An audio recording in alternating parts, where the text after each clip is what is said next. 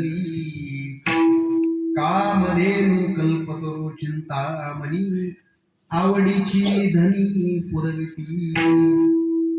श्रीमंत जगद्गुरु तुकोबाराय या अभंगामधून आपल्या आवडीच्या गोष्टी या अभंगामधून या ठिकाणी विशद करतात. काय आपण गेला असता आपली सगळी पाप क्षालन होतात अशी. म्हणून कोणते तीर्थक्षेत्र आपल्या भारत देशात आहेत की ज्या ठिकाणी आपण गेला असता आपली सगळी पाप जातात अशी.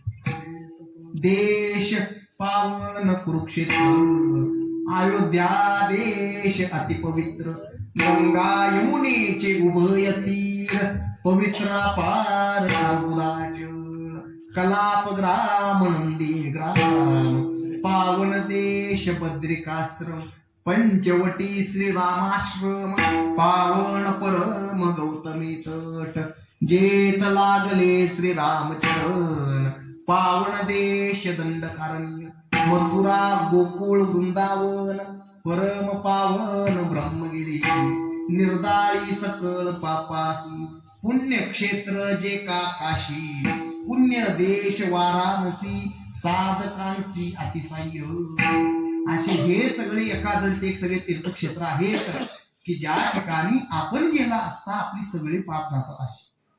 पण महाराज म्हणतात की हे सगळे तीर्थक्षेत्र पावन पवित्र जरी असले पाप घालवणारे जरी असले तरी त्या सगळ्या तीर्थक्षेत्रांचा हिशोब तुम्हाला मी आता जरा गणितात सांगतो असा. मग तुकोबारायांनी आम्हाला सांगायला चालू केलं. महाराज म्हणतात की काशीच्या 5 यात्रा करून जे पुण्य आम्ही करतो आणि पाप घालवतो तेवढंच पुण्य द्वारकेच्या 3 यात्रा करूनच आम्हाला भेटत. काशीच्या 5 यात्रा करून जे पुण्य आम्ही करतो आणि पाप घालवतो तेवढंच पुण्य द्वारकेच्या 3 यात्रेमध्येच आम्हाला साध्य होतं. म्हणजे 5 यात्रेचं पुण्य 3 यात्रेतच भेटतं. आणि द्वारकेच्या 3 यात्रा करून जे पुण्य आम्ही करतो आणि पाप घालवतो तेवढंच पुण्य पंढरपूरच्या एकाच यात्रेत आम्हाला भेटतं. काशी यात्रा 5 द्वारकेच्या 3 पंढरीची जाण 1 यात्रा. म्हणजे पंढरपूरच्या एका वारीचं महत्व हे एवढं आहे असं. म्हणजे हे सगळे तीर्थक्षेत्र पावन पवित्र जरी असली पाप घालवणारी जरी असली तरी त्या सगळ्या तीर्थक्षेत्रांचा हिशोब गणितामध्ये असा आहे. आता आमचे तुकोबाराय हे सांगतायत तेवढ्यात आमच्या नामदेवरायांनी तुकोबारायांच्या बोलण्याला जरा टेकून धरले. नामदेवराय म्हणतात अहो तुकोबाराया हे सगळं तुम्ही सांगताय खरं पण सांगताय म्हणजे सगळं नंतरच म्हणजे यात्रा केल्यानंतरच. पण म्हणले मी तुम्हाला त्याच्यापेक्षा अजून पुढे जाऊन सांगतो. म्हणजे कसं अहो म्हणले त्या यात्रा करण्याकरिता अगोदर त्या ठिकाणी जावं लागतं पोचावं लागतं मग ती यात्रा सफल झाली. पण मी काय सांगतो ते ऐका. मी तुम्हाला त्याच्या पुढे आणखीन जाऊन सांगतो. मग नामदेवरायांनी आम्हाला सांगायला चालू केलं. नामदेवराय म्हणतात की वाराणसीला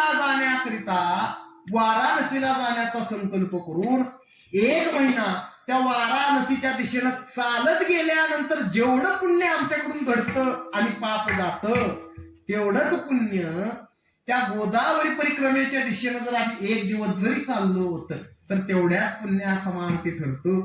पोचेपर्यंत लांबच राहील. जर समजा तुमच्या गावापासून वाराणसीला चालत जाण्यासाठी जर 2 महिने जर का लागत असतील त्यापैकी 1 महिना जेवढं तुम्ही अंतर गेला असताल 1 महिना चालून जेवढं पुण्य तुमच्याकडून घडलं असेल आणि पाप गेला असेल तेवढंच पुण्य त्या गोदावरी परिक्रमेच्या दिशेनं जर तुम्ही 1 दिवस जरी चालला मग ते 10 किलोमीटर असू द्या नाहीतर 15 किलोमीटर असू द्या 1 दिवस जरी तुम्ही त्या गोदावरीच्या वाटेनं जर चाललात तरी महिनाभराचं पुण्य तुम्हाला एकाच दिवसामध्ये मिळतं.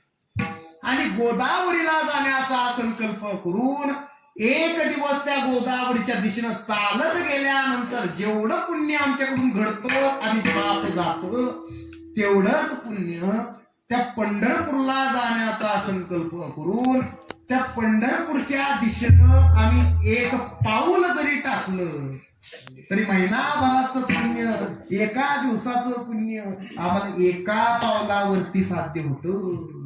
वाराणसी चाली जे मासा गोदावरी एक दिवसा पंढरी पाऊल परियेसा आईचा ठसा नावाचा.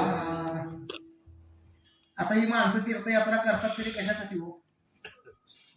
गावाकडे बसून जे काही पाप केलेलं असतं आपण घडलेला असतं. कुठला शब्द योग्य वाटतो तो तुमचं तुम्ही लावून घे. गावाकडे बसून जे काही पाप झालेलं असतं हे पाप गावण्यासाठी म्हणून लोक तीर्थयात्रेला जातात. परंतु कसं आहे, जो मनुष्य गावाकडे एक मिनिट कवा गप्प बसत नाही, जो मनुष्य गावाकडे पाप केल्याशिवाय कधी राहत नाही, असा मनुष्य जर समजा तीर्थयात्रेला पाप जर का घालवायला जर का गेला तर तो बाबा त्या तीर्थक्षेत्राच्या ठिकाणी गुन्ह्या गोविंदानं गप्प बसल, तिथं जाऊन पाप करणार नाही. कशावरून? कसं असतं, मूळ स्वभाव माणसाचा मूळ स्वभाव काही जात नसतो. हा जो मनुष्य गावाकडे सकाळी उठल्याबरोबर पाप करतोय, ज्याच्या दिवसाचीच सुरुवात पाप करण्यापासून आहे, मग असा मनुष्य जर तीर्थयात्रेला पाप जर घालवायला गेला तर तो बाबा त्या तीर्थक्षेत्राच्या ठिकाणी गुन्ह्या गोविंदाला जाऊन गप्प बसेल, तिथं जाऊन पाप करणार नाही. कशावरून? मग त्या बाबानं त्या तीर्थक्षेत्राच्या ठिकाणी जाऊन केलेल्या पापाचं काय? ते पाप घालवायचं कुठं? महाराज म्हणतात, अन्यक्षेत्री पाप कीजे ते पुण्यक्षेत्री विलसीजे, पुण्यक्षेत्री पाप कीजे ते त्यागी जे पंढरीसी. महाराज म्हणतात की अन्य ठिकाणी जर पाप केलं तर ते तीर्थक्षेत्राच्या ठिकाणी जाऊन घालवावं लागतं, आणि तीर्थक्षेत्राच्या ठिकाणी जर तुम्ही पाप केलं तर ते पंढरपुरातच येऊन घालवावं लागतं. आता तुमचे चेहरे बघून तुमच्या काय विचार आले तुम्हाला वाटत असेल गावाकडे जर आम्ही पाप केलं तर आम्हाला त्याला पर्याय आहे का? की तीर्थक्षेत्राला जाऊन आम्हाला ते पाप घालवता येते. आनंद आहे. तीर्थक्षेत्राच्या ठिकाणी जरी आम्ही पाप केलं तरी सुद्धा आता आम्हाला पर्याय सापडला. कुठलं? पंढरपुरात जाऊन आम्हाला पाप घालवता येतंय. आनंद आहे. मग पंढरपुरात जाऊन जर आम्ही पाप केलं तर ते पाप घालवायचं कुठं? असा प्रश्न तुम्हाला पडला असेल. गावाकडे केलेलं पाप हा तीर्थक्षेत्राच्या ठिकाणी जाऊन घालवता येईल. तीर्थक्षेत्राच्या ठिकाणी जर पाप केलं तर ते पंढरीमध्ये जाऊन घालवता येईल. आणि पंढरपुरात जाऊन आम्ही पाप केलं तर ते पाप घालवायचं कुठं? प्रश्न पडला असेल, पण उत्तर देतो. महाराज म्हणतात, पंढरीचे पातळ पंढरीच नासे देख, एवढे क्षेत्र अलौकिक त्रिभुवना माझारी. असा हा पंढरपूरचा महिमा आहे. म्हणून तुम्हाला आम्हाला आता वाटतं काय की आता पहिलं कार्यक्रम संपल्या पहिलं वारीच्या अगोदरच पंढरपूर जाऊन टाकलं पाहिजे, पंढरपूर जाऊन सगळी पातू घालली पाहिजे. असा विचार जरी आम्ही आता मनात करायला घेतला तरी महाराज म्हणतात, अरे बाबा तू त्या पंढरपूरला जायचं नाव जरी काढलंस तर ते यमाला सुद्धा लगेच काळजी वाटायला लागते. का? तर ते यमाला सुद्धा असं वाटतं की जर माणसं जर आता पंढरपूरला निघाली आणि पंढरपूरला जाऊन जर पाप मुक्त जर का झाली तर आपल्या बरोबर गप्पा मारायला आता कुणाला घेऊन जाऊ? पंढरीशी जाऊन म्हणती यम थोर चिंता करती. बरं नाही जमलं एखाद्या वेळेस त्या पंढरपूरला जायला जाणं तर महाराज म्हणतात, अरे बाबा तू घरात बसून त्या भगवंताच्या नावाचा जप करण्याऐवजी त्या पंढरपूरच्या जरी नावाचा तू जप करत बसलास तरी काय होतंय? पंढरी पंढरी म्हणतात पापाची मोहरी. असा हा पंढरीचा महिमा आहे. म्हणून मूर्तिमंत ज्ञानी यांचे राजी असणारी कैवल्य साम्राज्य चक्रवर्ती आमचे ज्ञानोबा आहे. आता आपला अभिप्राय या ठिकाणी दे. माऊली म्हणतात की या जगतातले सगळे तीर्थक्षेत्र पावन आहेत, पवित्र आहेत, मान्य आहे, पण ते या पंढरपूरची काही तेवढी सर करू शकत नाहीत. काशी अयोध्या अवंतिकांची मथुरा माया गोमती इत्यादी सर्व तीर्थे आहे ती परी सरी नपवती पांडुरंगी. का? तर या पंढरीचा महिमाच असा आहे की या पंढरपूर मधील तृण आणि पाषाण सुद्धा देवच आहेत. ऐका पंढरीचे महिमान, रावळा तितुके प्रमाण, तेथील तृण आणि पाषाण तेही देव जाणावे. इतकंच नाही तर पंढरपूर म्हणजेच वैकुंठच आहे म्हणतात. पंढरी म्हणजे गोवैकुंठ ब्रह्मत्व तव दिसत असे नीट या हरिदासासी वाळवंट जागरणासाठी दिदले असा हा पंढरपूरचा महिमा आहे. म्हणून असं असणार हे पंढरपूर कसं आहे म्हणून आमचे माऊली सांगतात. तर माऊली म्हणतात की एवढं महान असणार हे पंढरपूर या त्रिभुवनामध्ये जेवढे काही तीर्थक्षेत्र आहेत त्या सगळ्यात तीर्थक्षेत्रांचं हे बाप तीर्थ आहे. बाप तीर्थ हे